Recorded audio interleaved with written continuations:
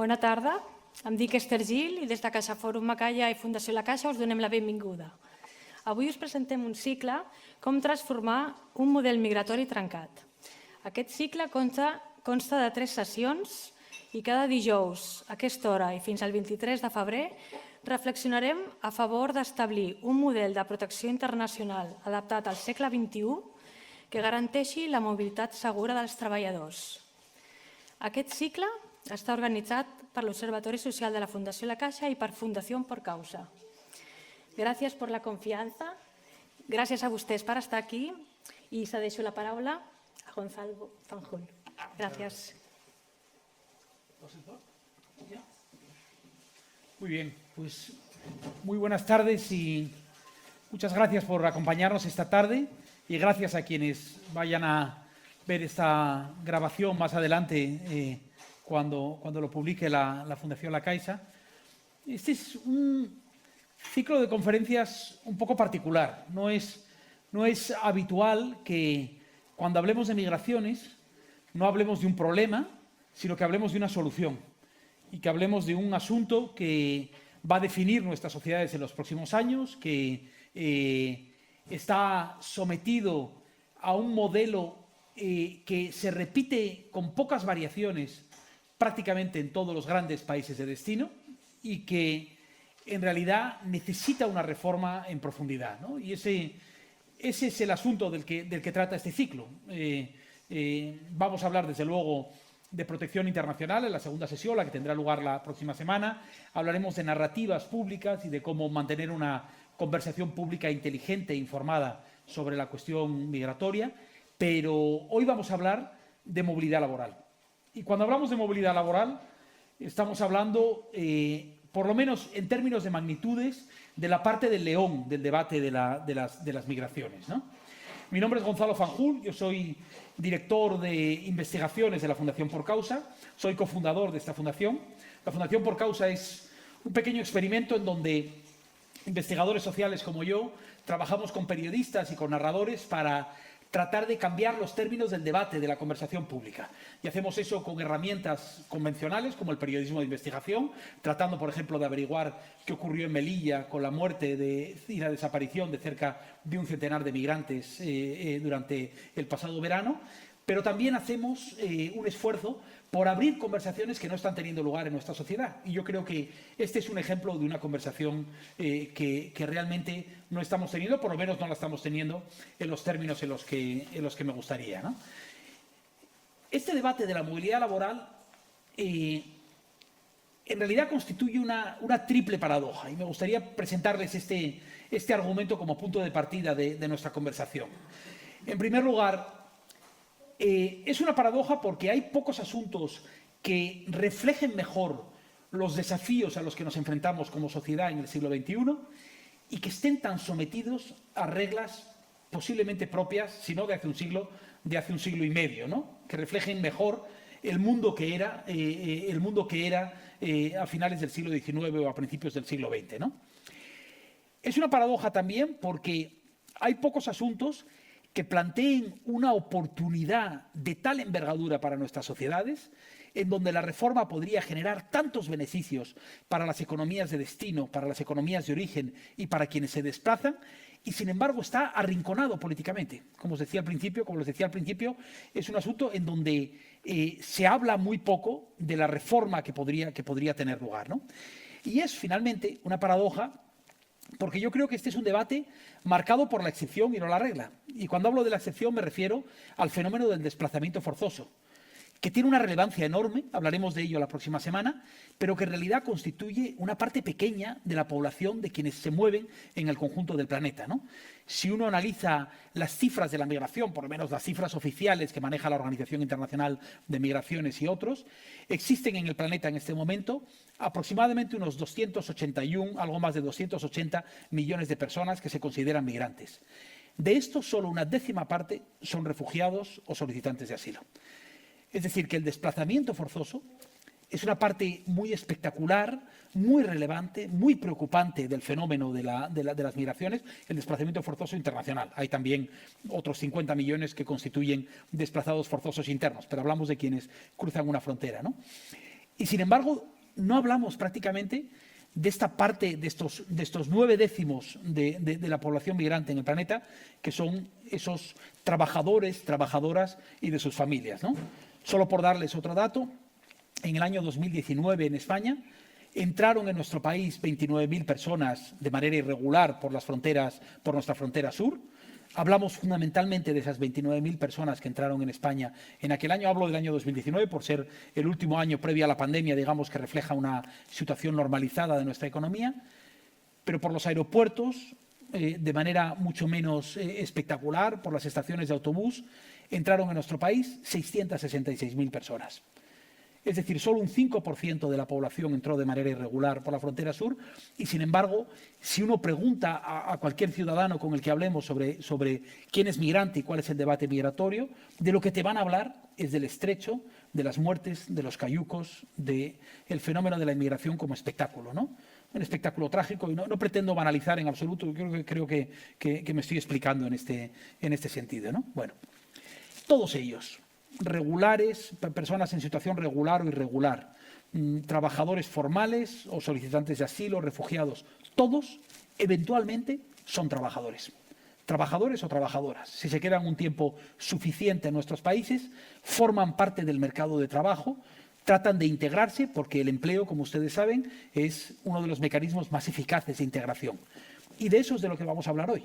Vamos a hablar de los desafíos de un mercado laboral que evoluciona y en donde la mano de obra extranjera juega un papel fundamental en nuestras sociedades, ¿no?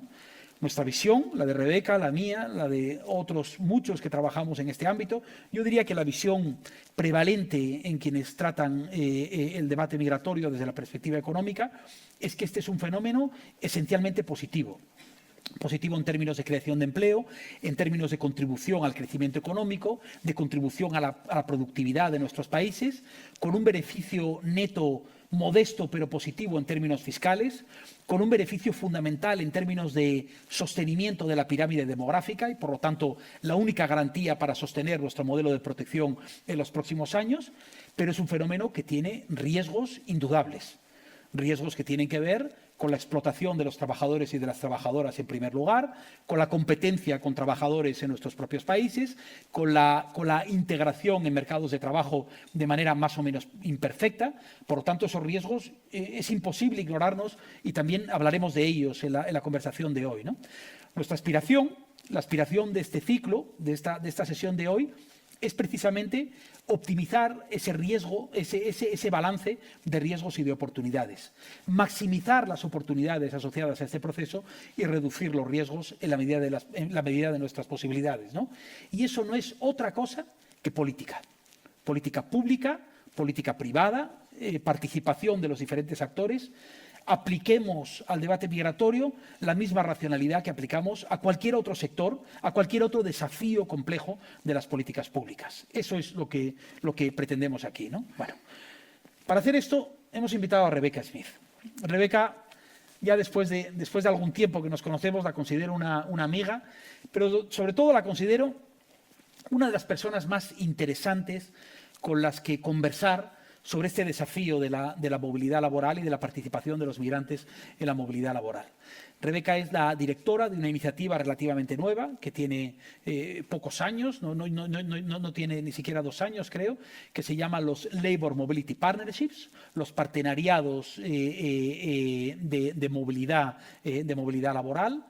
Es una organización que tiene una ambición y es facilitar la movilidad laboral segura, beneficiosa para todas las partes, de 500 millones de personas en el año 2050.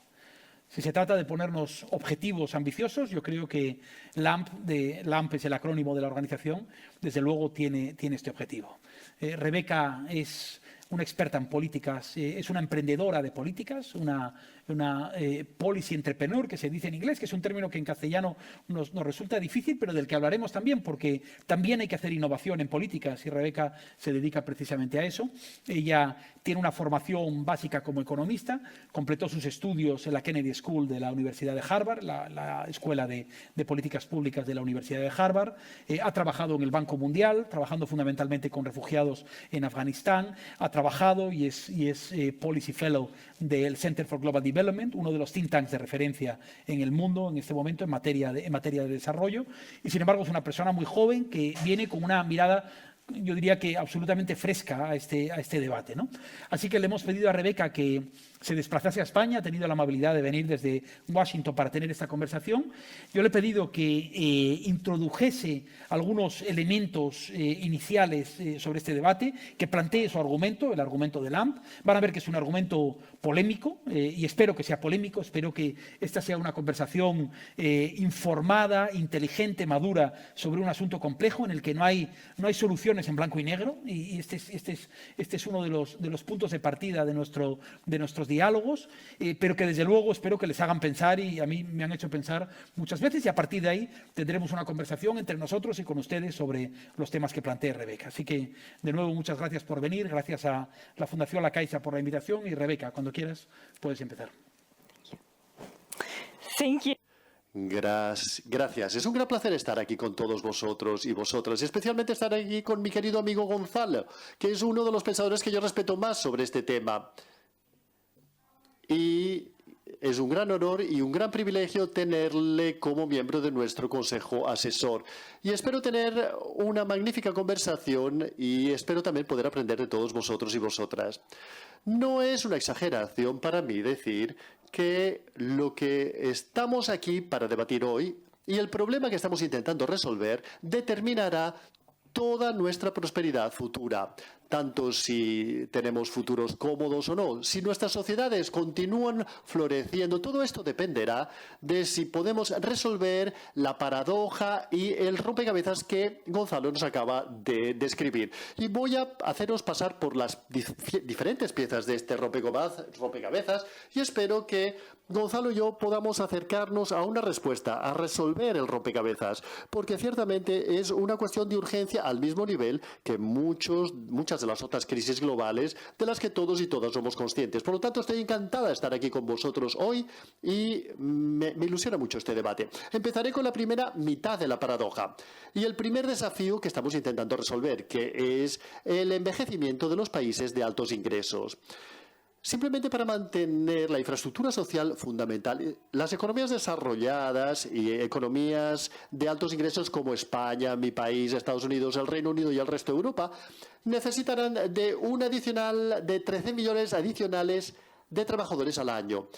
Y a esto tenemos que añadir 400 millones de trabajadores para el año 2050. Para poner esto en perspectiva, Gonzalo ya os ha dicho que el número de migrantes en el mundo actualmente es aproximadamente de 280 millones, solo 156 millones de los cuales son migrantes laborales. Estamos hablando de un aumento significativo en el número de trabajadores que necesitamos simplemente para mantener nuestras sociedades tal y como funcionan hoy en día. Y en segundo lugar, la manera en que nuestras sociedades funcionan hoy en día no es una manera fantástica. Seguramente habréis notado que se habla de escasez y de falta de trabajadores. Cada día salen los periódicos. Otro sector que no puede funcionar porque no hay suficientes trabajadores. Estas faltas de trabajadores ya le están costando a la economía global entre 3 y 7 mil millones de dólares cada día. Y esta cifra estará presente durante el resto de nuestras vidas. A medida que el envejecimiento entre, podríamos ver el ejemplo de Japón, todos sabemos que ellos son una sociedad envejecida y nosotros no estamos demasiado lejos de ellos. Y con nuestra acción, estos entre 3 y 7 mil millones de dólares que estamos perdiendo claramente cada día, se convertirán en 20 mil millones de dólares, 30 mil millones de dólares. Simplemente crecerá exponencialmente, constantemente. Y sentimos el impacto de todo esto. En los últimos años, yo creo que la falta de mano de obra era un tema, pero no lo sentíamos. Sabemos lo que significa. Hablamos de la inflación, que está dirigida por la falta de mano de obra en la cadena de suministro. Hablamos de los aeropuertos, de los hoteles, de las habitaciones de los hoteles que no están limpias porque no hay suficientes trabajadores. En nuestra sociedad sabemos lo que significa vivir en una sociedad que no tiene suficientes trabajadores. Tenemos que preguntarnos, además del dinero que perdemos cada día, ¿realmente queremos vivir en una sociedad así? Pues bien, es tentador pensar primero quiero aclarar una cosa. Pasamos de un mundo de falta de mano de obra a escasez de mano de obra. Y es una diferencia importante, porque si pensamos simplemente en la falta de mano de obra, es específico de un único sector y lo puedes resolver simplemente trayendo a trabajadores de otro sector. Pero cuando ya no vivimos en ese tipo de mundo. En el pasado podíamos analizar a los empleadores, decir, no estáis haciendo lo suficiente para reclutar a trabajadores. En el pasado quizás esto haya sido cierto, pero no en el mundo en el que nos encontramos actualmente. Ahora actualmente estamos en un mundo de escasez de mano de obra mundial, donde hay demasiados pocos trabajadores para rellenar la economía. Daré un ejemplo de mi país, Estados Unidos. Entre ahora y el 2028, si tuviésemos que colocar a cada nuevo trabajador en la economía en simplemente un sector, es decir, cada nuevo trabajador en el mercado laboral trabajaría en el sector de los cuidados. Bueno, pues esto no permitiría rellenar ese único sector ni tampoco la economía. No podemos simplemente suministrar a todo un sector. Tenemos pocos trabajadores. Este es un mundo de escasez. Tenemos tendencia a pensar que podemos resolver esto simplemente reclutando a los trabajadores más capacitados o simplemente automatizando estos trabajos, de manera que los robots nos salven.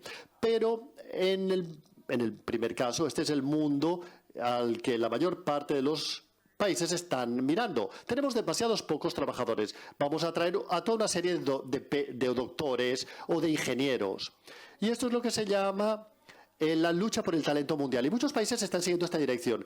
Pero es bastante evidente cuando lo decimos así que ninguno de nosotros quiere vivir en un mundo o en una economía de doctorados o una economía simplemente en la que haya ingenieros. Necesitamos baristas y necesitamos camareros y necesitamos de toda suerte de personas para crear una economía. Y actualmente en Estados Unidos la escasez mayor es para trabajadores sin una educación universitaria. Es decir, que simplemente no puedes resolver el problema simplemente importando trabajadores altamente capacitados. Y, en segundo lugar, ¿los robots nos salvarán?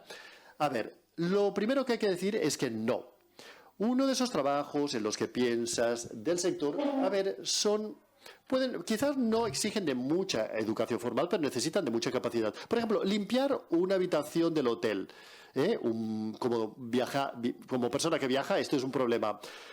A ver, en la habitación del hotel puede haber cualquier cosa, puede haber una toalla en el suelo o la basura está llena y no es un trabajo fácil para un robot y la automatización a la que tenemos actualmente está muy muy lejos de ser capaz de llevar a cabo las tareas que que consideramos sencillas y además creo que tenemos que preguntarnos, ¿realmente queremos vivir en un mundo en el que los robots simplemente hagan todos los trabajos necesarios en nuestra sociedad? Y voy a dar el ejemplo de los cuidados. Ya os he dado el ejemplo de cómo este es un problema en mi país, pero esto lo vemos en todo el mundo. Y creo que es un gran ejemplo de un sector que está siendo muy afectado y desde muy pronto. Pero en una mesa redonda de debate di un ejemplo, es decir, los itinerarios que nos conducen al sector de los cuidados. El ministro de Bienestar Social de Holanda dijo que en un futuro la mayor parte de las personas tendrán que basarse más en sus propias capacidades y menos en los cuidadores profesionales. Es decir, tendrán que basarse más en sus propios recursos que en los cuidadores profesionales. Esto es una locura. ¿Por qué tratamos a las personas mayores de nuestra sociedad así? No tenemos que vivir así. Realmente actuamos como si viviésemos en un mundo de escasez, cuando de hecho vivimos en un mundo de abundancia. Y esto me lleva a la segunda parte de mi rompecabezas. Tenemos una enorme población en edad de trabajar en el sur global. El hecho de que no tengamos suficientes trabajadores en los países de altos ingresos, pero cruzando la frontera al otro lado del océano hay muchísimos trabajadores jóvenes que están buscando trabajo y que necesitan un trabajo. En 10 años, todo el crecimiento poblacional del mundo se producirá en los países de bajos ingresos. Y estas cifras que veis en pantalla, si tenemos necesidad de 400 millones de trabajadores, habrá 1.500 millones de personas en edad de trabajar que viven en los países de bajos ingresos. Y la población mundial se doblará para el año 2050. Y esto significa que vivimos en un mundo abundante en términos de personas en edad de trabajar. No son buenas noticias ahora tampoco, porque no hay suficientes puestos de trabajo para las personas que están naciendo en las sociedades que ya se caracterizan por la pobreza y tasas de desempleo muy elevadas, y esto también empeorará.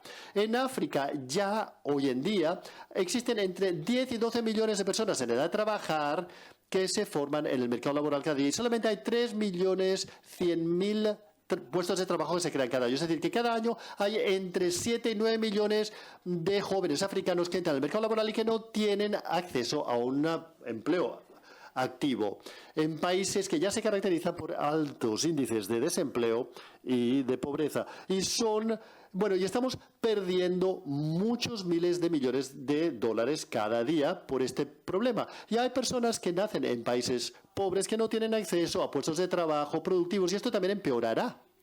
Y podéis ver hacia dónde voy. Estos dos problemas se resuelven mutuamente si simplemente sabemos cómo resolverlo. Y esto es lo que queremos hacer aquí hoy. Pero esto presenta una oportunidad histórica.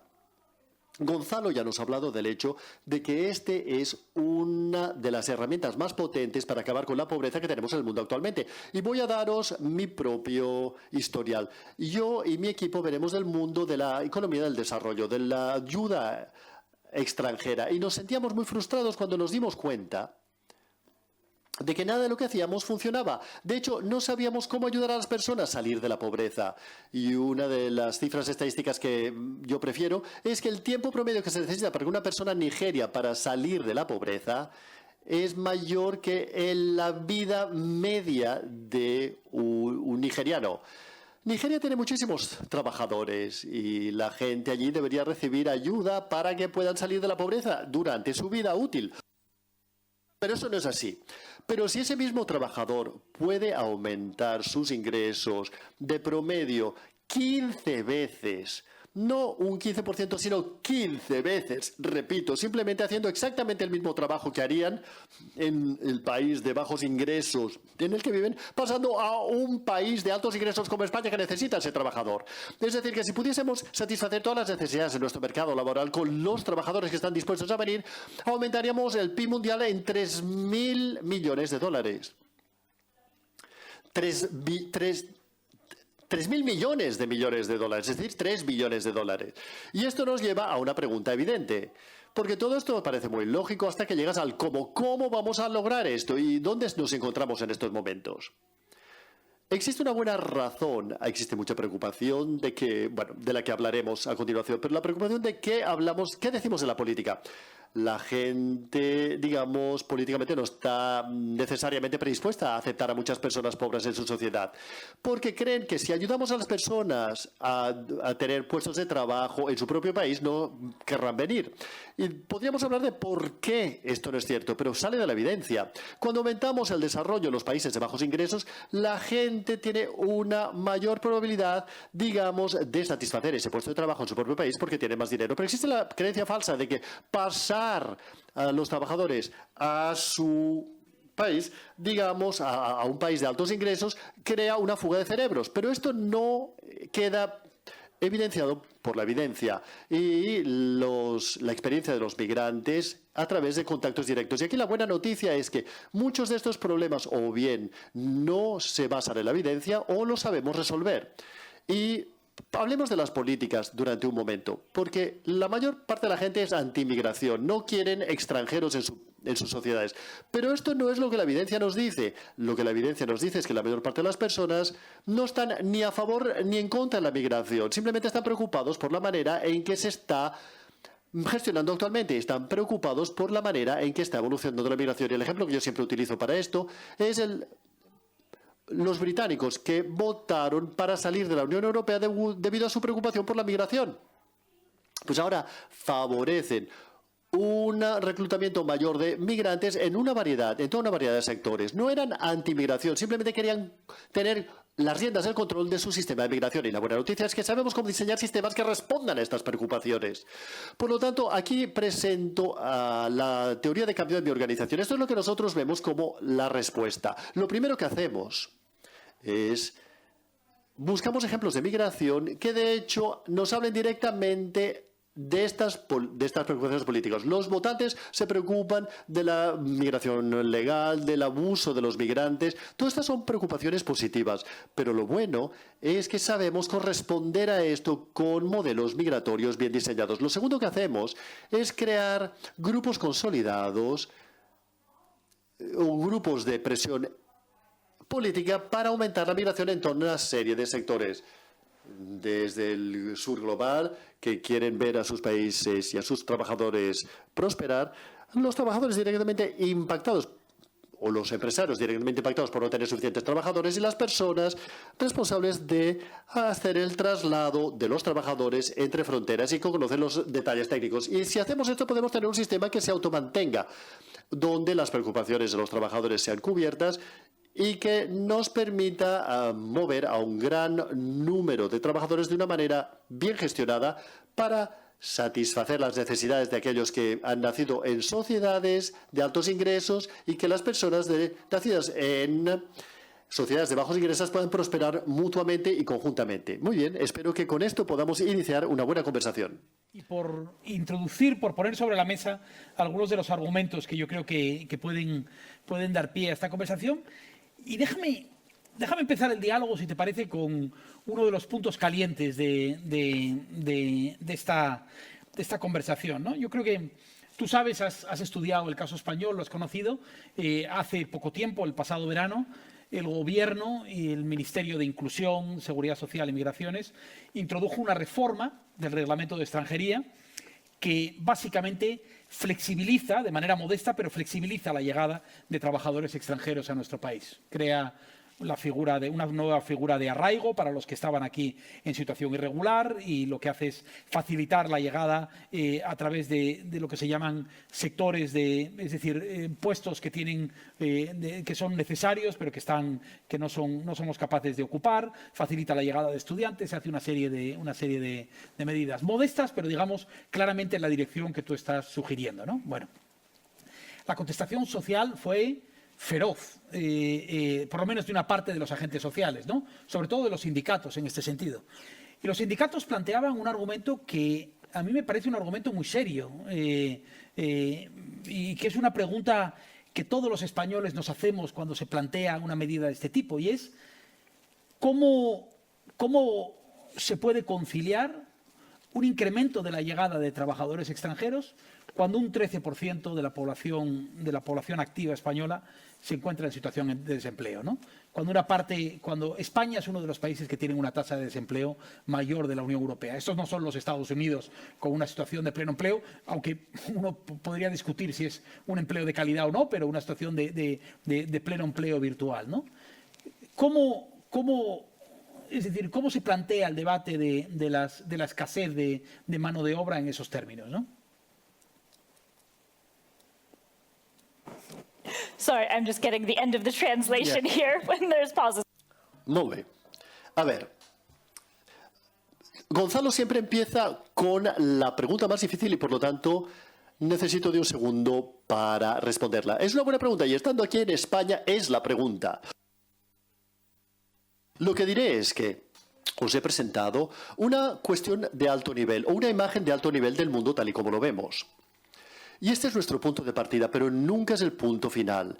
Tenemos que acabar con la dinámica específica local, de manera que podamos llevar a una imagen mucho más matizada de cuáles son las necesidades reales. Y lo que diré es que incluso en un país como España, donde quizás existe un elevado índice de desempleo juvenil, no significa que no necesitéis trabajadores extranjeros.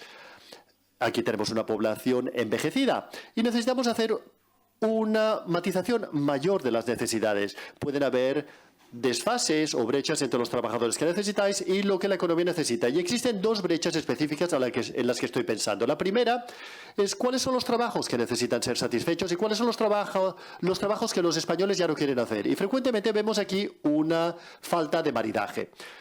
Los jóvenes españoles no quieren trabajar necesariamente en la agricultura o no quieren limpiar habitaciones de hotel.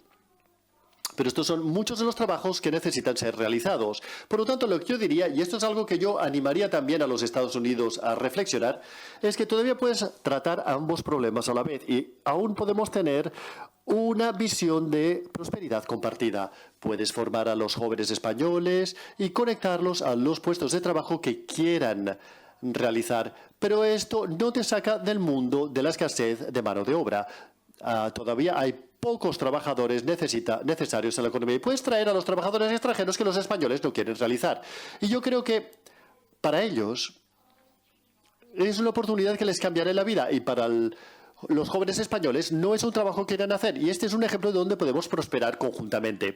Y la segunda brecha, que seguramente veis, es una brecha geográfica. A veces vemos que los jóvenes quizás no quieran desplazarse de donde han nacido. Quizás los puestos de trabajo se están desarrollando en otro lugar de donde se encuentran los jóvenes. Y tienen que pensar también en la distribución geográfica. Y yo he visto muchos informes sobre algunas regiones españolas que se están quedando vaciadas, con una despoblación. Quizás deberíamos poner al punto de mira estas regiones a los que quizás los jóvenes españoles no quieren ir, pero los trabajadores extranjeros sí que estarían dispuestos a ir. Es decir, que pasamos esta imagen generalista que os he dado a lo que estáis experimentando aquí a nivel local, pero no es distinto a lo que el resto de nosotros está haciendo. Simplemente tenemos que tener simplemente una visión más pormenorizada. Una cuestión que yo me planteo cuando uno se acerca a este debate no desde una posición estrictamente utilitarista, sino tratando de considerar, digamos, los diferentes elementos en juego, hay un riesgo de lo que podríamos denominar como un ejercicio de deslocalización interior de la economía, ¿no?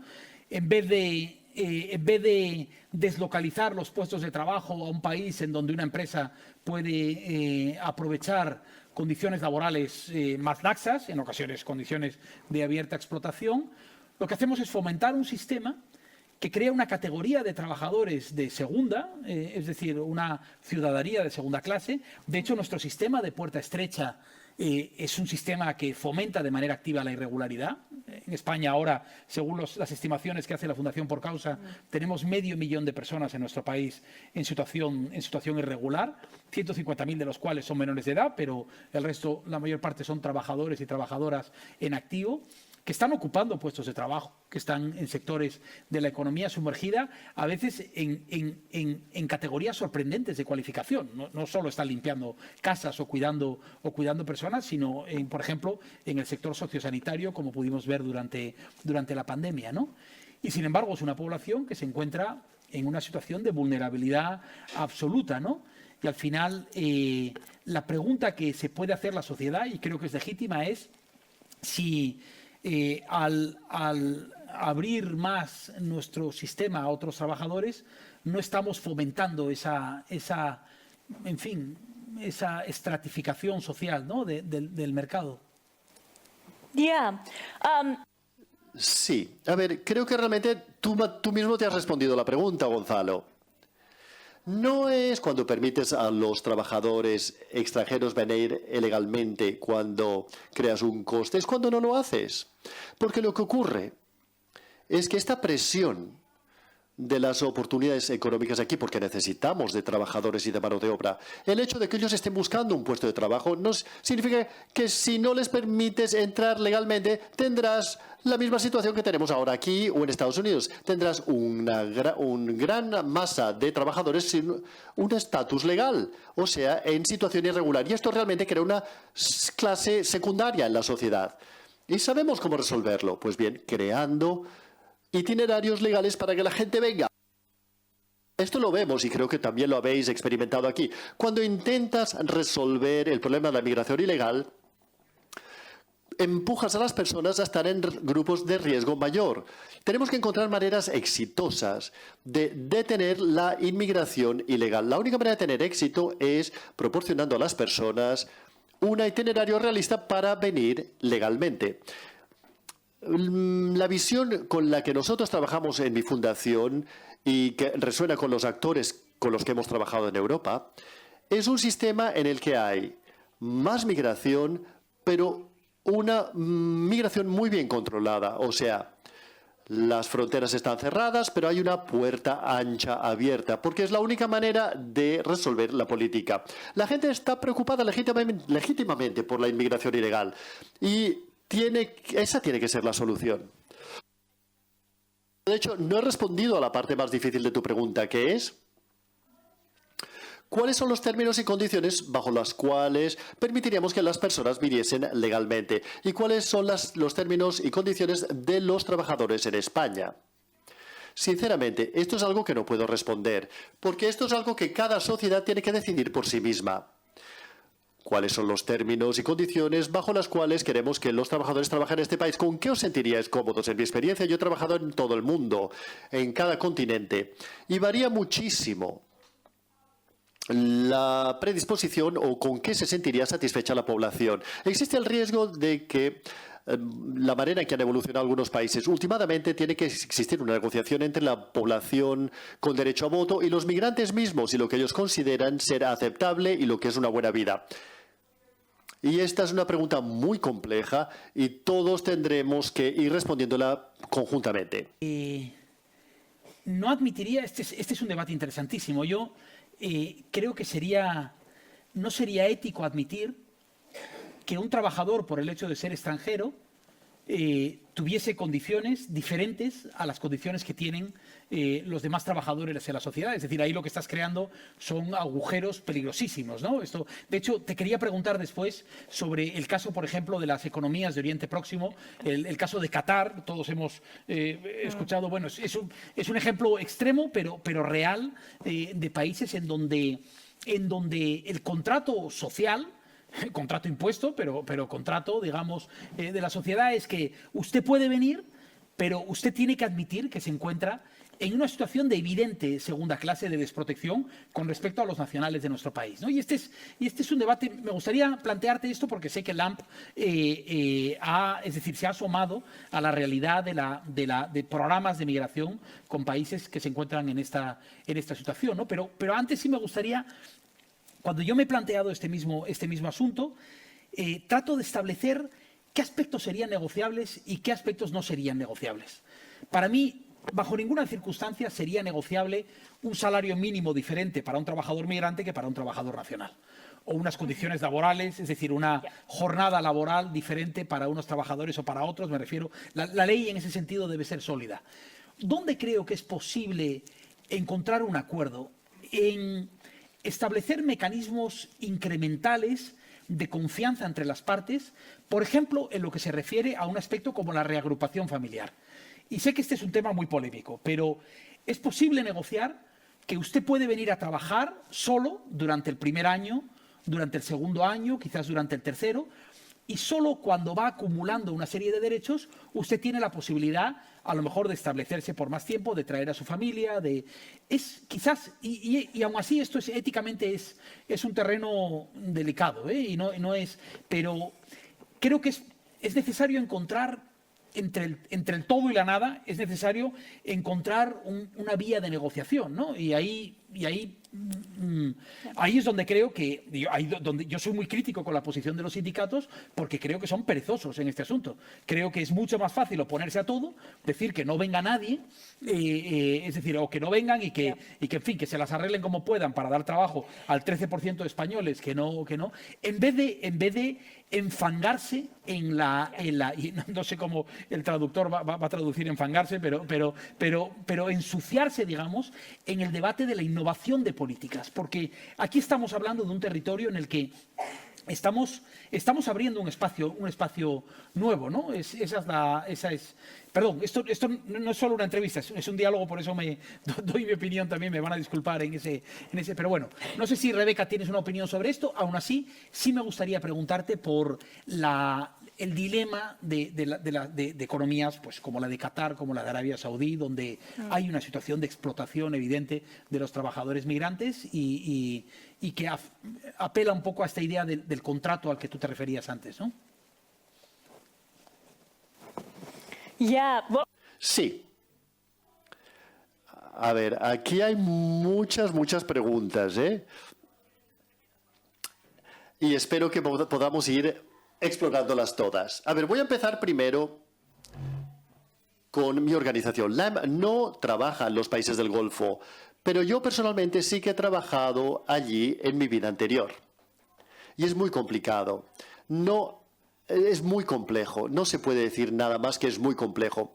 Los flujos migratorios al Golfo han ayudado a que millones de personas salgan de la pobreza. Hay millones de familias que tienen hogares con hijos e hijas que reciben asistencia sanitaria y educación directamente. Se podría decir que la migración a los países del Golfo, y esto ha sido cuantificado, ha hecho más para reducir la pobreza en el mundo que toda la ayuda extranjera de los países de altos ingresos. O sea que ha hecho mucho bien, pero a la vez ha hecho un daño inexcusable. Se han producido tantos abusos. Tantas personas han muerto, se ha hecho tanto mal también. ¿Cómo reconcilias ambas cosas? Yo creo que nadie de nosotros aquí presentes podemos saberlo. No creo que nadie lo pueda saber. Y yo esto lo veo como una decisión muy personal de estas familias sobre cómo sopesar estos riesgos. Pero lo que diré es que hay una cosa que sí sé que podemos hacer. Y es que si te preocupa la experiencia de aquellos trabajadores en el Golfo, hay una cosa que puedes hacer y es abrir tus puertas en casa. Aquí hay muchas personas que van a los países del Golfo, necesitan trabajo. ¿Dónde pueden obtener un puesto de trabajo? En el Golfo. Y nosotros no aceptamos trabajadores extranjeros, pues se van al Golfo. Yo he hablado con tantos trabajadores que van al Golfo. ¿Disfrutan de la experiencia? No, realmente no. ¿Dicen que volverían? La mayor parte de ellos sí. Y me han dicho cosas tan enloquecidas. Me han dicho, mira, volvería porque esta es mi oportunidad de darle a mi familia una mejor vida. Si abriésemos las puertas aquí y en otros países, y esto ya está ocurriendo con las enfermeras, porque las enfermeras tienen una demanda global. Y países como Arabia Saudita han estado reclutando enfermeras desde hace décadas. Y de repente, durante la COVID, especialmente el incremento de enfermeras en países como España, etcétera, que están reclutando enfermeras mucho más activamente. ¿Qué es lo que vemos? Los salarios de las enfermeras en la Arabia Saudita empezó a subir porque todas las enfermeras estaban siendo contratadas en otros países. Por lo tanto, las condiciones para las enfermeras en los países del Golfo empezó a subir porque ahora tienen competencia.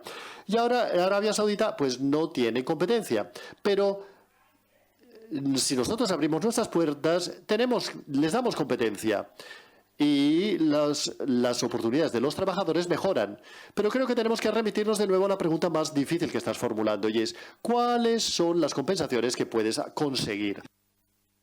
Evidentemente, los países del Golfo dan una compensación que son demasiado extremadas para nosotros y para nuestras sociedades occidentales.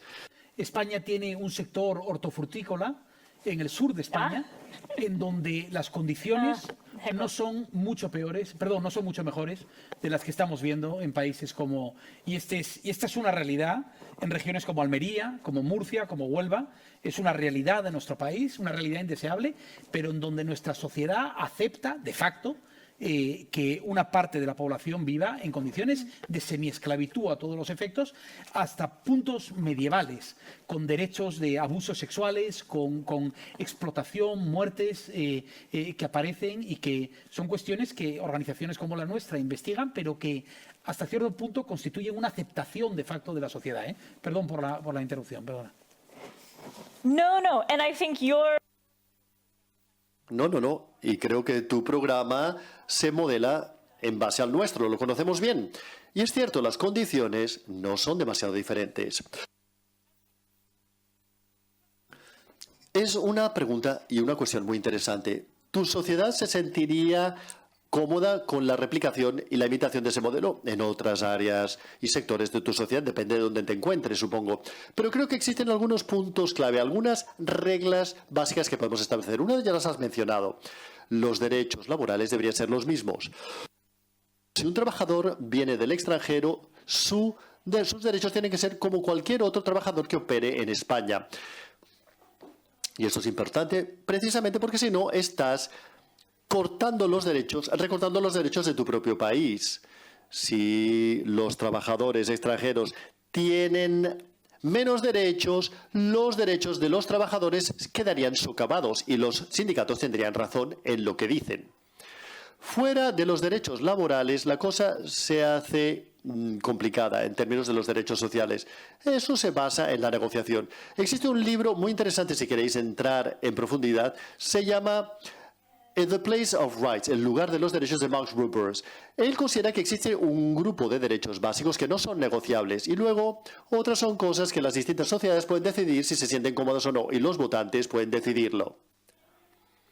Existe otra cosa que podemos hacer, de hecho, volviendo al JACO, H2H y los países del Golfo. Los países del Golfo están yendo más lejos en esta dirección. ¿Por qué?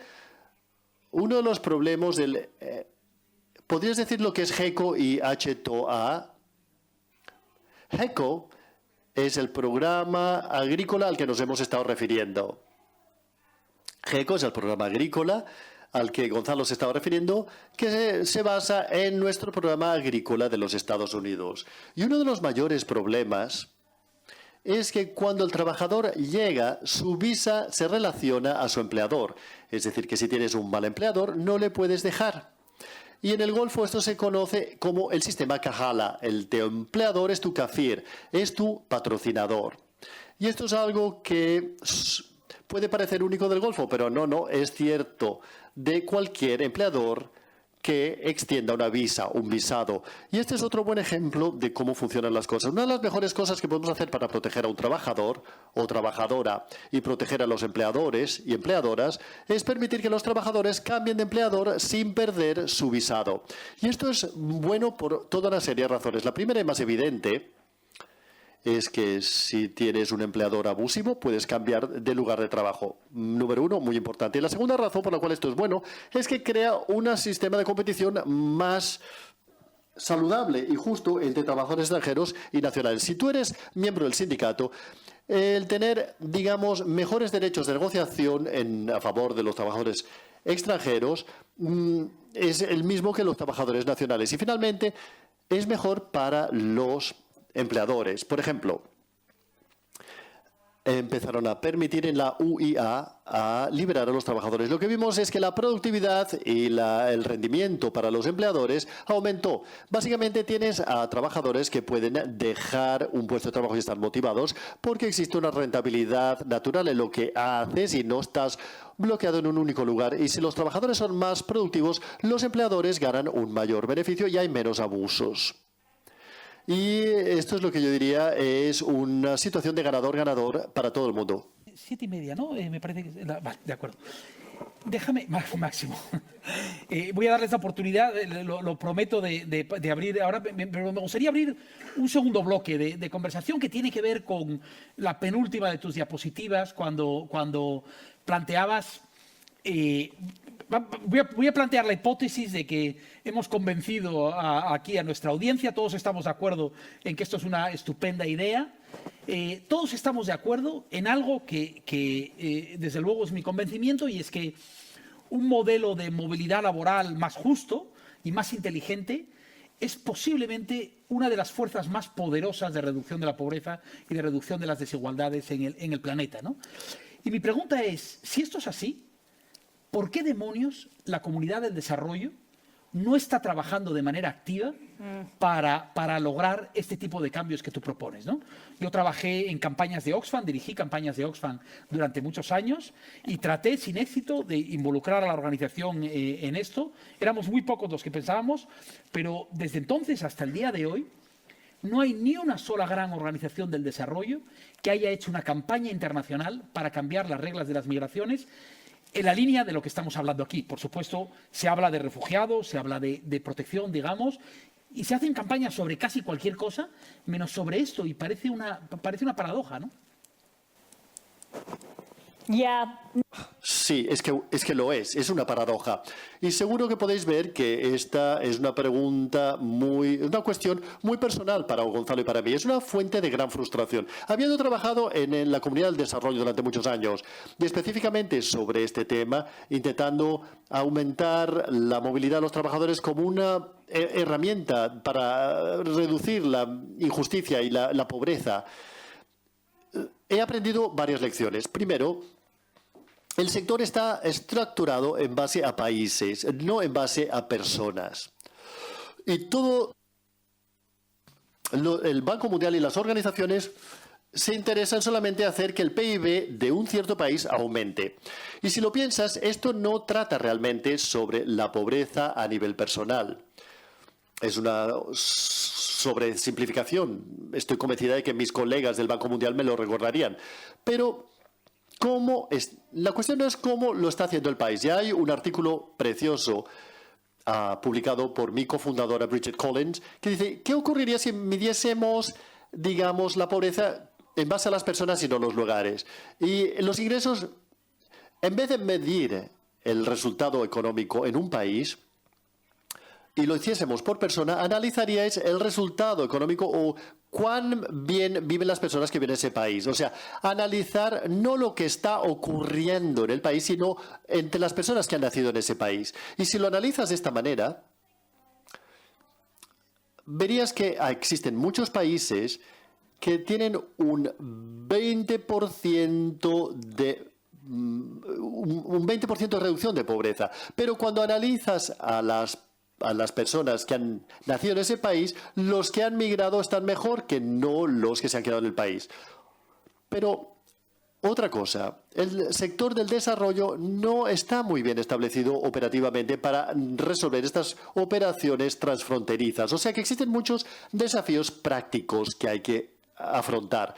Y finalmente, la comunidad del desarrollo está demasiado ligada a los intereses políticos globales y se concentran en cómo mantener a las personas en sus países. Y hay tanto dinero que se canaliza en lo que se llaman programas de arraigo, que se concentran en cómo podemos asegurarnos de que los puestos de trabajo en lugares como Guatemala sean suficientes para que la gente no quiera venir a Estados Unidos.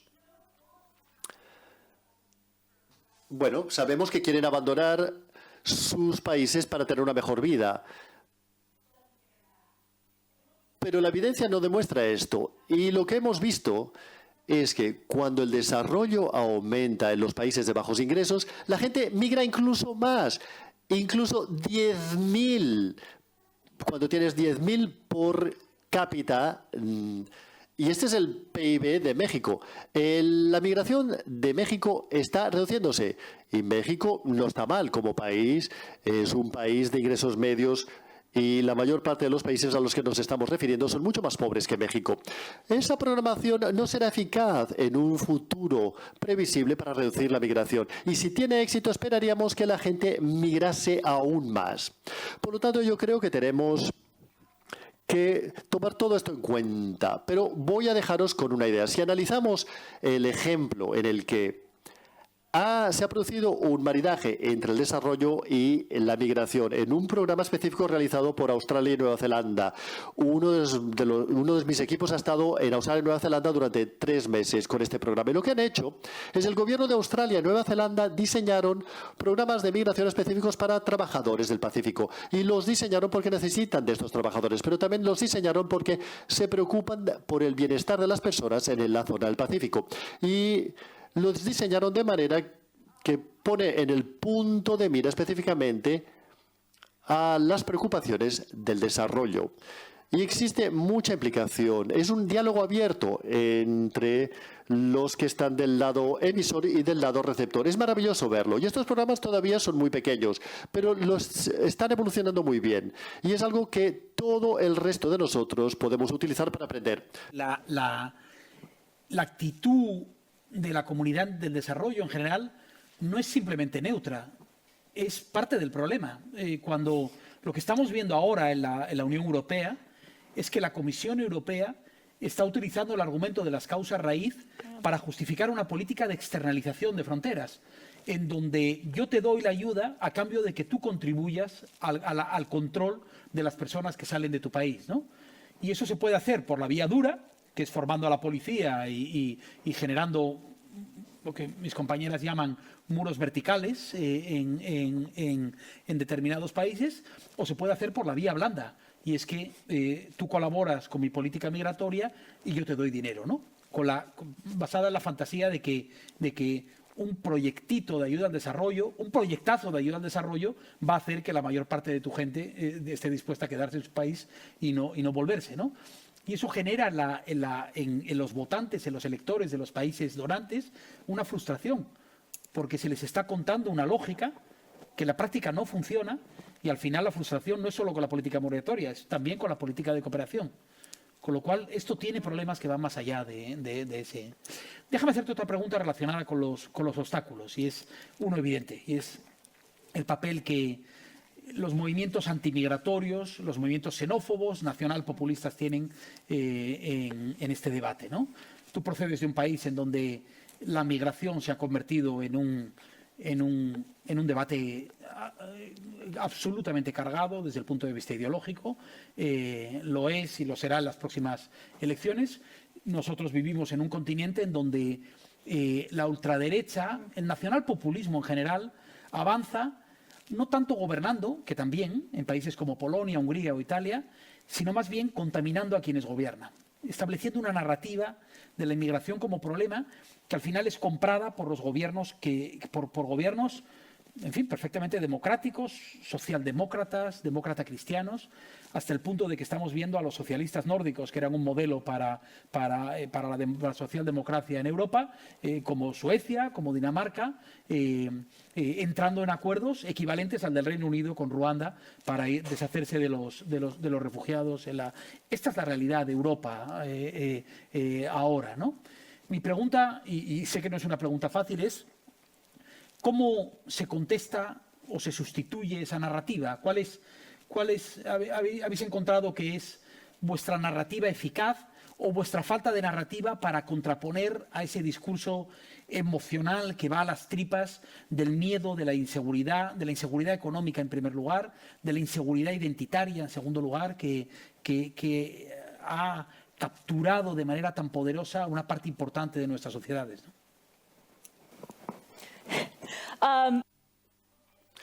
A ver, para mí es una experiencia muy curiosa que Gonzalo me formule esta pregunta, porque Gonzalo es uno de los expertos principales que podría responder a esta pregunta. O sea que tendría que rebotarle la pregunta. Yo te daré una respuesta, pero me gustaría saber cuál es tu respuesta, Gonzalo, sobre cómo tirar hacia adelante. Esta es la pregunta. A ver, podemos decir los hechos de manera tan clara y tan alta como podamos, y especialmente mi equipo económico aclara los hechos. Pero esta es la parte más difícil, cómo ahora acometer el desafío. Debido a que yo soy una persona de formación técnica, la primera respuesta que te tengo que dar es hacer que la parte técnica sea correcta. Los movimientos migratorios, a ver, no los podemos tratar como algo racista o populista porque entonces nadie lo aceptará. No podremos resolver nada. O sea que lo primero es que sabemos cuáles son los miedos y podemos hablar sobre esos temores y sabemos cómo diseñar esa respuesta. Están preocupados por la inmigración ilegal. De acuerdo, es justo, nosotros también. Sabemos cómo resolverlo. Y la preocupación es que si aceptan a las personas temporalmente y se quedarán para siempre, bueno, es justo, ha pasado, sabemos cómo diseñarlo, sabemos cómo resolverlo. Por lo tanto, lo primero que podemos hacer es diseñar soluciones técnicas que respondan a las preguntas. Y has hablado de Suecia y de Dinamarca, que ahora tienen un gobierno de extrema derecha que quieren devolver a los refugiados, pero a la vez están interesados en establecer un partenariado para rellenar la falta de mano de obra. O sea que siempre existe margen para la mejora. Pero ahora entraremos en la parte más profunda y por eso yo quiero saber tu opinión, Gonzalo. Para mí, necesitamos mantener una conversación a nivel de valores. Gran parte de los temas que hemos tratado aquí trata sobre oportunidad y progreso. Son valores que tienden a alinearse con los elementos más liberales de la sociedad. Y tenemos que establecer un maridaje con el lenguaje de los valores, con los elementos más conservadores. La familia, la lealtad, son temas de los que no hablamos lo suficiente. La gente necesita sentir la confianza de que si tienen que apoyar una mayor inmigración, no serán desleales a sus vecinos, no estarán haciéndole daño a sus vecinos, no estarán socavando su propia sociedad. Porque la gente que tiene valores conservadores valora la lealtad de una manera que yo personalmente no puedo entender. Pero tenemos que empezar a entenderlo y tenemos que hablar sobre ello. Y sinceramente, yo creo que también podemos ayudarles a ver muchos paralelismos entre los inmigrantes y sus propios valores en la sociedad. Por ejemplo, yo tengo un miembro de mi consejo asesor que es de Utah, que es una parte muy conservadora de Norteamérica. Y él me dijo que sus amigos granjeros de Utah, dice, yo tengo mucho más en común con los migrantes que vienen de México que con mis colegas granjeros de Utah. Es curioso que diga eso, pero también es muy útil, porque podemos ayudarles a ver que si la gente comparte tus valores, de alguna manera, esto ya forma parte de tu sociedad y de la manera en que te ves a ti mismo. Eso es lo que yo haría. ¿Tú qué harías, Gonzalo? A ver, responde tú. Vamos a dedicar todo un diálogo que les animo a que vengan el tercero a hablar de narrativas, pero yo creo que desde luego yo estoy muy de acuerdo con lo que tú has dicho, ¿no? Yo creo que la ultraderecha es muy buena, es muy eficaz en lo que hace. Yo creo que han aprendido muy bien la manera de llegar a la sociedad, lo hacen con una eficacia extraordinaria y lo hacen utilizando las herramientas de la conversación pública en nuestro tiempo, que es una herramienta muy emocional. Han conseguido llegar a las tripas de la gente y hablan y llegan, apelan al miedo, a la inseguridad, a la necesidad de protegerse, de recogerse en una identidad compartida que ellos simbolizan en algunos valores comunes, como la familia, o como en otros que no son necesariamente comunes, como la patria, pero estamos en Cataluña. Cataluña ha sido escenario de un movimiento ultranacionalista equiparable, en mi opinión, al ultranacionalismo que estamos viviendo en Madrid ahora en este momento. Estamos en el momento de las emociones y la ultraderecha maneja muy bien eso, el nacionalismo maneja muy bien hecho y este es un tiempo, maneja muy bien eso y yo creo que este es un tiempo equiparable en este sentido, ¿no? Por lo tanto, para mí, la primera batalla es emocional, ¿no? Desde Por Causa nosotros, esto os lo contarán con más calma el tercer día, contraponemos a las narrativas del odio las narrativas del amor. Esto puede sonar un poco flower power, pero en realidad habla de la conexión empática, sino a las tripas al corazón, ¿no? Es decir, romper la lógica del ellos y el nosotros y tratar de encontrar los elementos que nos unen, ¿no? Y Europa ha vivido un experimento casi en tiempo real con la llegada de refugiados de Ucrania, en donde Europa entera se ha volcado, 6 millones de refugiados. Un país abiertamente xenófobo como Polonia está acogiendo a los ucranianos con los brazos abiertos, cuando al mismo tiempo están pegando balazos a los somalíes y a los eritreos y a los sirios en sus fronteras y haciéndoles morir de frío en los bosques que limitan ese. Y al final te das cuenta de que la explicación de esto en fin, no es política, no es racional. Es que sencillamente vemos a los ucranianos como nosotros. No solo que vemos el conflicto en Ucrania como un conflicto muy cercano, es que ellos son nosotros. Y cuando rompemos esa barrera y cuando establecemos esos vínculos empáticos, yo creo que tiene una importancia enorme, ¿no? Y luego hay otros mecanismos. Yo creo, y espero que tengamos tiempo de hablar de ello, yo creo en esas coaliciones de las que tú has hablado antes, yo las denomino las coaliciones de improbables, ¿no? Yo creo que este no es un debate de izquierdas o de derechas, no es un debate de trabajadores versus empresarios, sino que podemos encontrar posiciones reformistas en muchos sectores de nuestra sociedad. Y yo creo que nuestro desafío es tener la habilidad de identificar dónde están esas posiciones reformistas y activarlas. Lamprecht, de quien hemos hablado, el economista que está también con Rebeca detrás de un economista de Harvard con el que estudiamos ambos y que yo recuerdo un gráfico que hacía él con unas bolitas en un cuadro en donde tratabas de identificar dónde estaban las posiciones a favor o en contra de la migración y si esas posiciones eran por razones éticas o por razones prácticas, ¿no? Por ponerlas en estos términos. Y te encontrabas con gente muy diferente. En España, posiblemente ahora, en este tipo de reformas, por lo menos por las que yo abogo, encontrarás más simpatía en muchos empresarios que en los sindicatos, ¿no? Y sin embargo yo coincido en muchas más cosas con los sindicatos que con los empresarios, ¿no? Pero en este debate me interesa mucho activar esa posición, porque me interesa mucho activar la posición de los conservadores y quiero romper la idea de que las migraciones es patrimonio de la izquierda y no, porque yo creo que este es un debate raro para el modo en el que normalmente hablamos de migración. ¿No? Y hay otros muchos asuntos, ¿no? Pero este aspecto de la economía política de la reforma, yo creo que nos interesa particularmente a quienes vamos más allá de como tú y como yo, simplemente de mirar los números y de hacer un análisis académico de este asunto, ¿no? Porque esto es lo complicado. Lo complicado es ese tipo de reforma, ¿no? Bueno, son las 7:05. Me gustaría abrir la oportunidad no sé si hay preguntas o comentarios relacionados con esto y luego, si tenemos tiempo, antes de las 7:30 volvemos al debate de la reforma. Adelante. Si... Hola, buenas tardes. Bueno, mira, yo me llamo Isidro, yo soy fundador de una ONG aquí en Barcelona desde el año 2009 y de verdad estoy de acuerdo con lo que dice Rebeca, aquí mis compañeros también son voluntarios, es una ONG totalmente de voluntarios, no tenemos ningún tipo de subvención, no tenemos ningún trato con ni políticos ni nada, solamente que lo hacemos con el corazón. Nosotros empezamos en el 2009 con la crisis que hubo aquí en España. Pero ahora nos encontramos, por eso todo lo que he escuchado por parte de Rebeca y Gonzalo, pues lo estoy sintiendo, pero lo que yo quiero buscar es una solución y estamos buscando una solución, pero es imposible. Nosotros el año pasado recibimos a 600 personas en nuestra ONG. Es una ONG muy pequeña, se llama T'Acompanyen, podéis verlo si queréis. De esas 600 personas, 475 eran inmigrantes. Inmigrantes de Venezuela, Colombia, tenemos 45 nacionalidades que han pasado por nuestra ONG, pero sobre todo ahora, después de la pandemia, es lo que nosotros hemos visto un antes y un después. Después de la pandemia han sido los inmigrantes, personas irregulares, que comentaba Gonzalo de lo de la reforma. Nosotros particularmente esto de la reforma, con todo esto del arraigo familiar, el arraigo por población, esta gente viene aquí y se encuentra totalmente desamparada. Nadie les hace caso.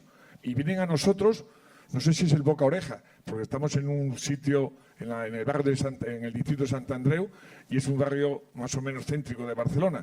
Y nos encontramos de que totalmente vienen allá, a ver, es que no sabemos dónde vamos a ir. ¿Qué hacemos? Claro, lo que comentaba Gonzalo sobre el arraigo de formación, pero es que tienes que tener 2 años. Aparte de eso, tienes que tener una formación también otra cosa, Rebeca, que no sé si lo sabes, las personas que tienen que hacer un curso de formación tienen que tener en su cartilla, si tienen un año de formación, 7.000 euros. Entonces, claro, ¿quién puede, si vienen de fuera, cómo van a ponerse 7.000 euros? Nadie, imposible. Entonces, después, otro de los problemas que tiene, y tenemos mucha gente de protección internacional, son las famosas citas previas. Entonces, ¿qué pasa? Están constantemente llamando y no hay nadie que les pueda decir cita previa para tal día, porque pasan, no Isidra, meses y meses, y a mes y le dan cita previa hasta Málaga. O el otro día se fue una usuaria nuestra a Zamora. No sabemos si allí lo van a coger o no para conseguir la cita previa por protección internacional. Por lo tanto, yo creo que todo es mucha teoría y lo que nosotros por lo menos los voluntarios de nuestra ONG, lo que buscamos es qué soluciones podemos dar. Porque de verdad vamos y los políticos nos escuchan, pero después no hay nada. En extranjería, digo, ¿hay este problema? No nos hacen ni puñetero caso, y con perdón. Por eso nosotros sí que me gusta de lo que habéis hecho y lo que habéis dicho y creo que es muy factible, pero lo que buscamos son soluciones a estas personas que llevan a estar 2 y 3 años y necesitan comer. Nosotros no damos alimentos y ahora estamos dando alimento a 30 familias y no dentro del banco de alimentos, sino nos buscamos nosotros la vida como sea para que estas personas cada viernes tengan alimentos. Y la mayoría, yo creo que son el 100%, ¿no, Isidra?, son inmigrantes, gente que no tienen nada. Y estamos hablando de la economía sumergida. Ellos forman un núcleo allá, yo conozco a fulanito, y estás trabajando un día, trabajan 2, economía sumergida. Y hablando tú también hablabas de la explotación, hemos tenido usuarios de Nepal, con papeles y todo, pero con unos sueldos míseros. Y venían a nosotros y decían, ¿qué podemos hacer? Bueno, lo que tenéis que hacer es decirle al patrón que os suba, no, es que si no nos echarán. Bueno, podríamos estar contando historias, pero claro. Rebeca, muchas gracias. Pues es esto lo que quería comentar. ¿Su nombre cuál es, perdone? Isidro. Isidro, muchas gracias, Isidro. Yo creo que es no sé si hay alguna otra. Veo una ahí atrás. Mientras tanto, Rebeca, ¿quieres decir algo sobre esto? Yo tengo alguna cuestión. ¿Quieres decir algo sobre lo que ha planteado Isidro, no? I mean, I think the main A ver, yo debo decir que, para empezar, muchas gracias por tu trabajo, Isidro. Especialmente en el mundo en el que vivimos actualmente, estáis haciendo lo que se necesita. A ver, ¿qué sería el mundo sin organizaciones como la tuya? Necesitamos de sistemas de apoyo legal, pero por ahora no los tenemos y por lo tanto muchísimas gracias por tu trabajo por estas personas. Es importante tener amigos y personas que les apoyen en su situación.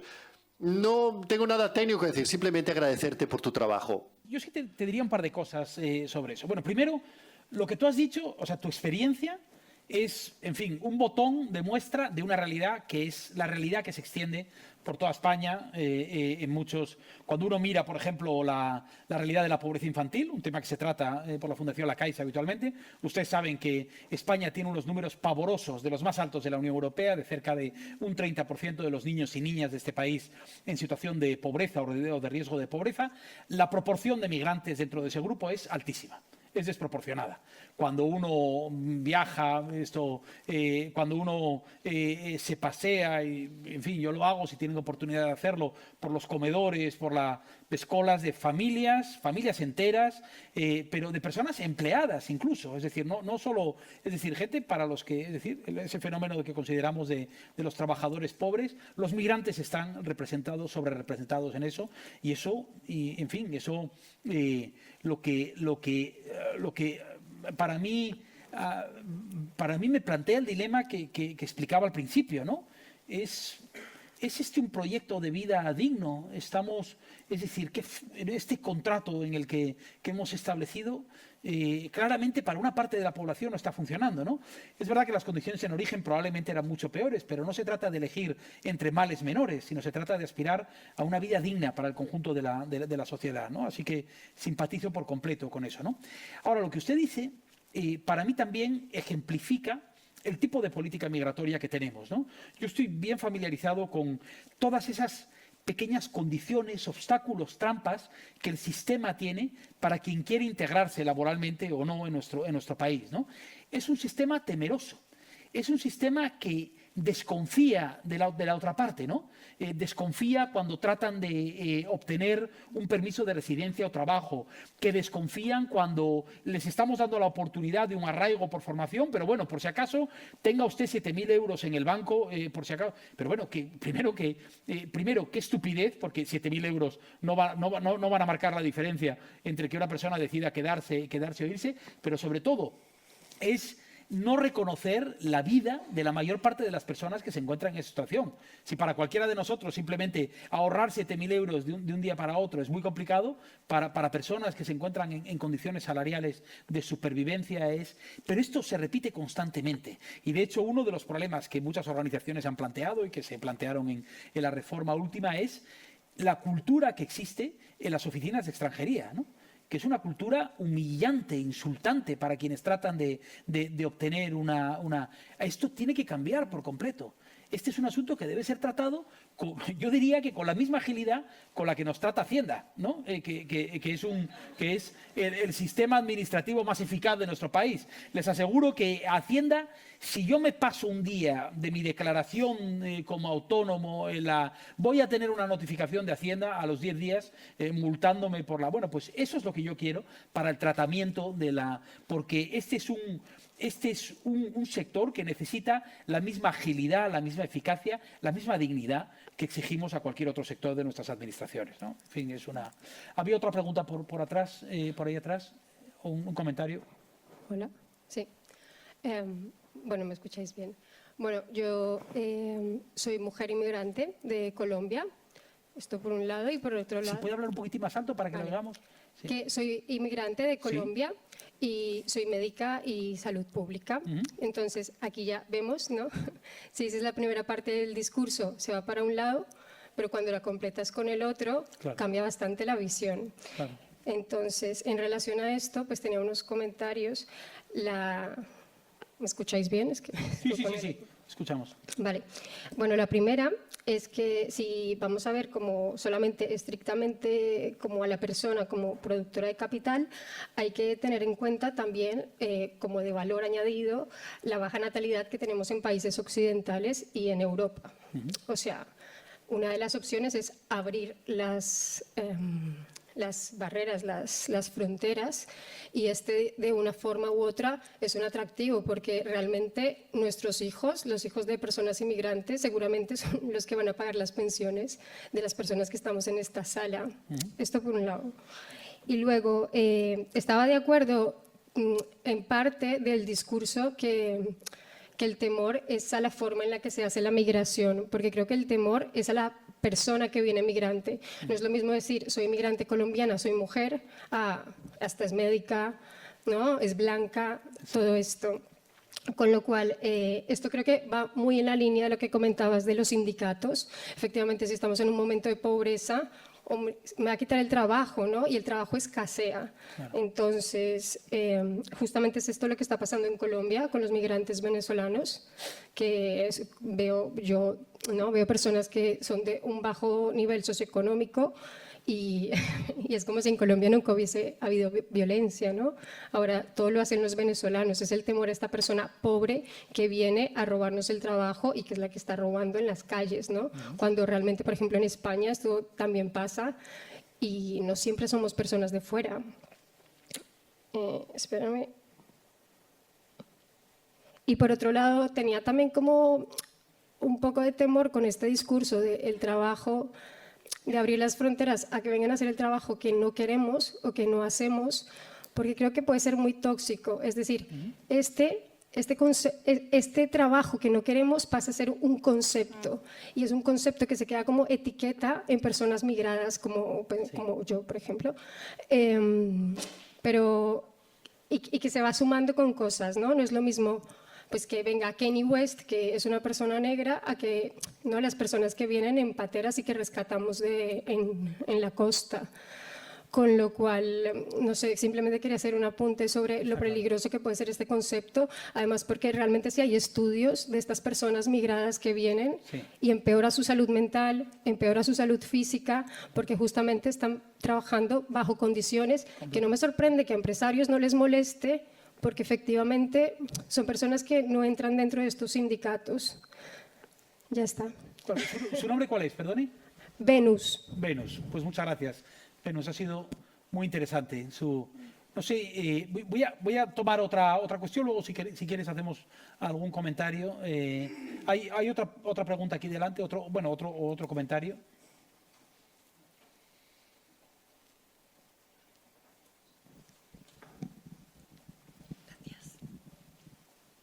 Sí, muchas gracias. Quedo muy satisfecha de la exposición que hacen, pero no me ha quedado muy claro, Gonzalo, lo que ha hablado usted acerca de que la ultraderecha lo está haciendo bien. No sé. Espero que no tomen ese corte justo de la ultraderecha. Disculpe, tengo la tendencia, yo no puedo disimular. Ya. Bien, ¿en qué lo está haciendo bien? Bueno, pues mire, en que son el tercer partido en el Parlamento de nuestro país.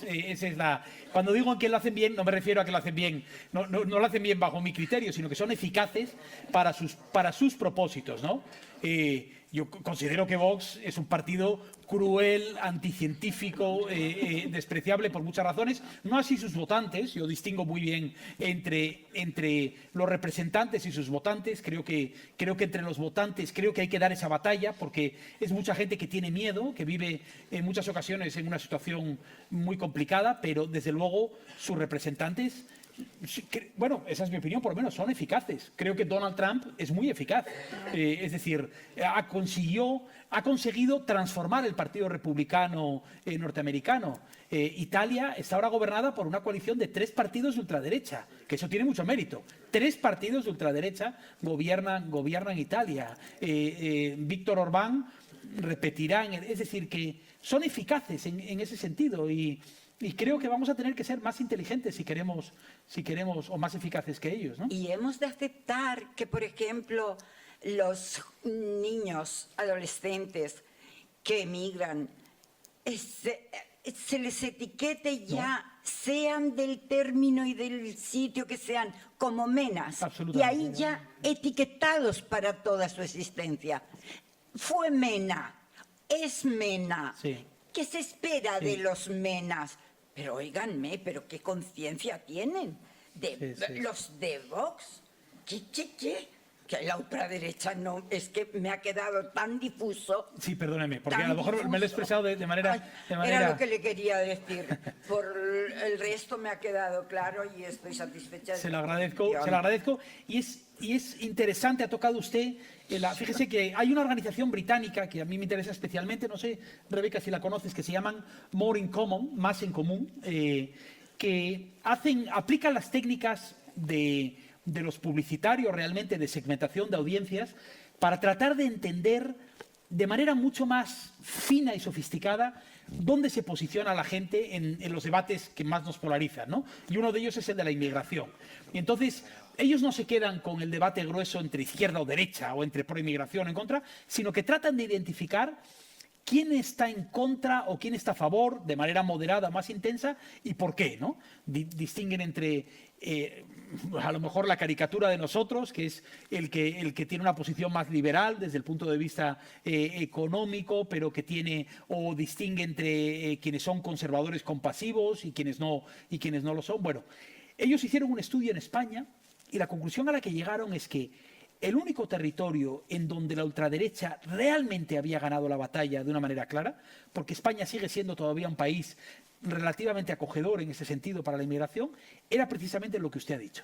En el caso de los niños extutelados o los niños que viven solos, ¿no? Yo siempre hablo de niños, me gusta hablar de niños porque yo tengo hijos adolescentes y sé lo que es un adolescente, que a veces, francamente, son unos cabrones, o sea, no lo voy a negar, pero son niños, al fin y al cabo, y cuando hablamos de el acrónimo MENA se ha convertido en un arma arrojadiza y es una tragedia en ese sentido, y creo que usted lo ha identificado muy bien, ¿no? Bueno, esto habla un poco del debate emocional que hay en ese sentido, ¿no? Sí. Hay aquí, no sé si les pido que sean breves y vamos a tomar estas dos preguntas, contestamos y hacemos un comentario final sobre... Por favor, adelante. Sí, no más que pregunta, era un comentario, Sí. Porque en esta exposición que han hecho ustedes sobre las... perdón, nos hacen... no, estaba bien que... Perdón. Más que una pregunta, era un comentario. Sí.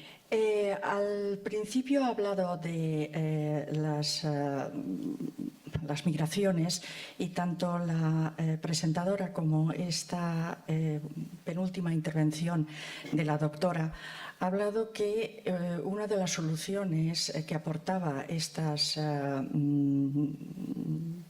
migraciones era el problema que teníamos en las sociedades más evolucionadas de solventar el problema de la baja natalidad.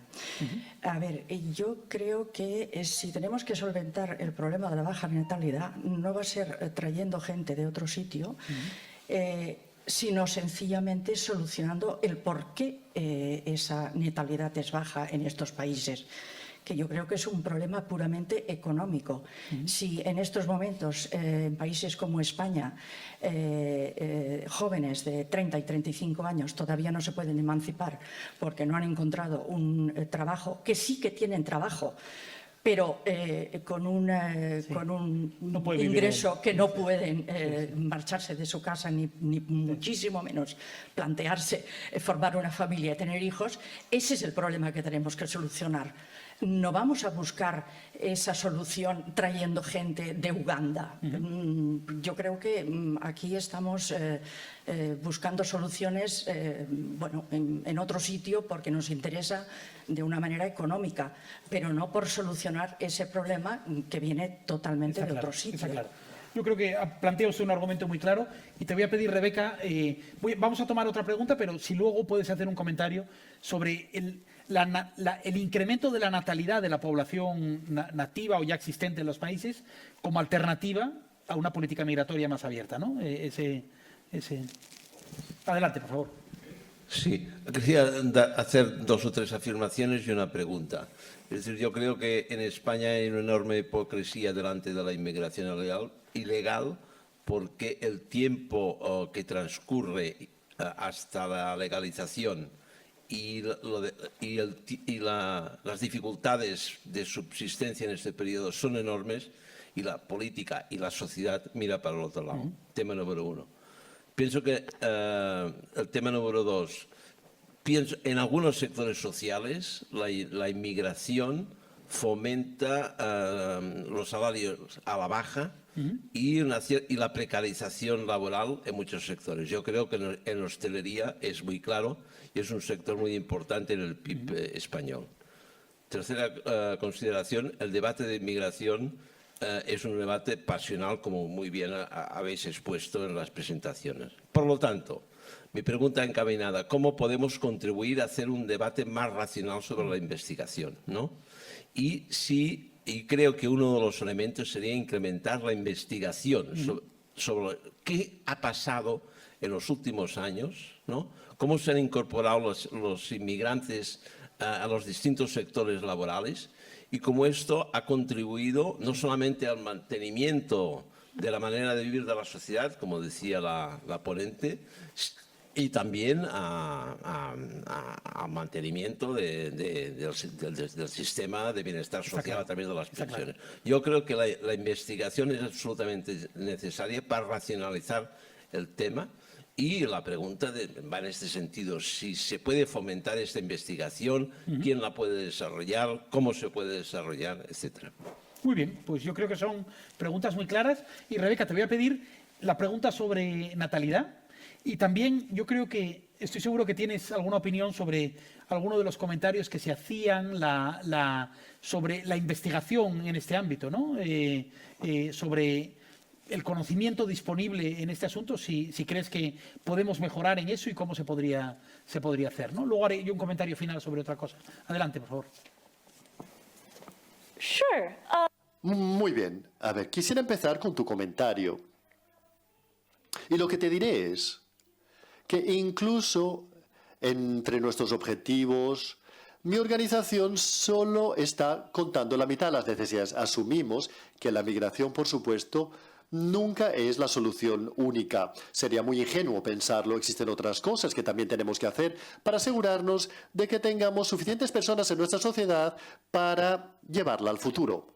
Lo que diré, sin embargo, es que varios países lo han intentado con sus programas en toda Europa y en todo el mundo para intentar aumentar la tasa de natalidad y no han obtenido buenos resultados. No han obtenido buenos resultados a la hora de producir más hijos e hijas. No tenemos evidencia para saber cómo hacerlo y ofrecer simplemente incentivos financieros parece que no funciona. Una de las cosas que sí sabemos que es un motor para una baja natalidad es que a medida que las mujeres tienen una mayor formación, quieren menos hijos. A medida que las economías se hacen más desarrolladas, históricamente tienen una reducción en sus tasas de natalidad. Y todas mis amigas son mujeres altamente educadas. Y ninguna tiene más de un hijo. La mayor parte no tienen hijos. Y por lo tanto tienes toda la razón. Hay cosas que podemos hacer. Pero también yo creo que las opciones que tenemos son bastante limitadas. Digamos, siempre que tengamos herramientas para aumentar la tasa de natalidad nacional, lo tenemos que hacer. Y muchas personas, pero no tenemos muchas herramientas, porque las personas de mi edad no quieren tener hijos. Y las personas que quieran tener hijos les tenemos que apoyar financieramente. Y también tenemos que aceptar el hecho de que muchas no quieren tener hijos y tenemos que pensar qué significa para nuestras sociedades. Y volviendo ahora a tu punto sobre la investigación, es absolutamente fundamental. Y existen dos cosas. La primera es que muchos amigos nuestros, de hecho, son los mayores expertos mundiales sobre este tema y estaría encantada de ponerte en contacto con ellos y de su investigación. Y necesitamos de mayor investigación como la que hacen ellos. Y hay muchas personas como nosotros que adoran la investigación. Hemos hablado con muchas personas que no escucharán los resultados de la investigación, porque estos simplemente no están escuchando lo que esperan escuchar y no nos prestan atención. Lo que mi organización intenta hacer es desarrollar la evidencia. No es, este es un artículo que deberías leer, sino, mira, este es un país donde esto está ocurriendo y te sientes cómodo y la gente como tú se siente cómoda cómo está funcionando. Por lo tanto, yo creo que necesitamos de mayor investigación y tenemos gran suerte de tener algunos investigadores maravillosos que nos conducen en el camino, pero también necesitamos de mayores instituciones que necesitan enseñarnos qué apariencia presenta el futuro. Pero bueno, hay tantos puntos de matización. Oportunidad de desarrollarlo hoy aquí, que lo que hace LAMP es precisamente, la organización a la que pertenece Rebeca, que dirige Rebeca, es precisamente identificar esas buenas prácticas, hacer este ejercicio de innovación e identificar estas buenas prácticas y tratar de llevarlas a escala, tratar de replicarlas, que afecten a más personas, que se repliquen en diferentes países. Y de hecho están trabajando de una manera extraordinaria en diferentes partes del mundo haciendo este ejercicio. Es un ejercicio muy práctico, es decir, hay elementos teóricos que fundamentan la idea de LAMP, pero es un ejercicio muy práctico, ¿no? No hemos tenido oportunidad de poner muchos ejemplos porque se nos ha ido el tiempo, pero les animo a que accedan a su página web y que vean el trabajo que están haciendo y que conozcan las experiencias que tienen. Realmente, hablando precisamente de investigación y de evidencia, yo creo que es una evidencia muy, muy práctica y les animo a que lo vean, ¿no? Tenemos que terminar, ¿no, Silvia? Tenemos que estoy aquí. Bueno, en fin, hay tantas cosas que nos hemos dejado de las que me hubiese gustado hablar, pero la buena noticia es que el próximo jueves tienen una conversación sobre precisamente alternativas y buenas ideas en un ámbito tan difícil y tan delicado como el de la protección internacional. Se va a hablar de refugiados, de solicitantes de asilo, de refugiados climáticos, de cómo tiene que cambiar nuestro sistema para adaptarse mejor a esto. Vamos a tener a 3 personas absolutamente extraordinarias. Les animo a que miren el programa. Y el tercer día hablaremos de narrativas, también con otras 3 ponentes maravillosas que hablan precisamente de cómo abrir estas nuevas conversaciones, de muchas de las preguntas que nosotros tenemos, ¿no? Pero hasta que llegue eso, yo le quisiera agradecer a Rebeca el tiempo y el esfuerzo que nos ha dedicado, que se haya desplazado aquí. Me ha parecido fascinante escucharla como siempre. Espero que compartan ustedes mi entusiasmo con lo que hemos escuchado hoy. Y a ustedes les agradezco que se hayan desplazado. No es habitual hablar de migraciones en este contexto y una conversación inteligente exige un público inteligente. Y les agradezco mucho que hayan tenido la generosidad de dedicarnos este tiempo y espero que mantengamos esta conversación en estos diálogos y en las redes y que sigan a LAMP, sigan a Por Causas, sigan al Observatorio Social de la Causa. Así que muchísimas gracias.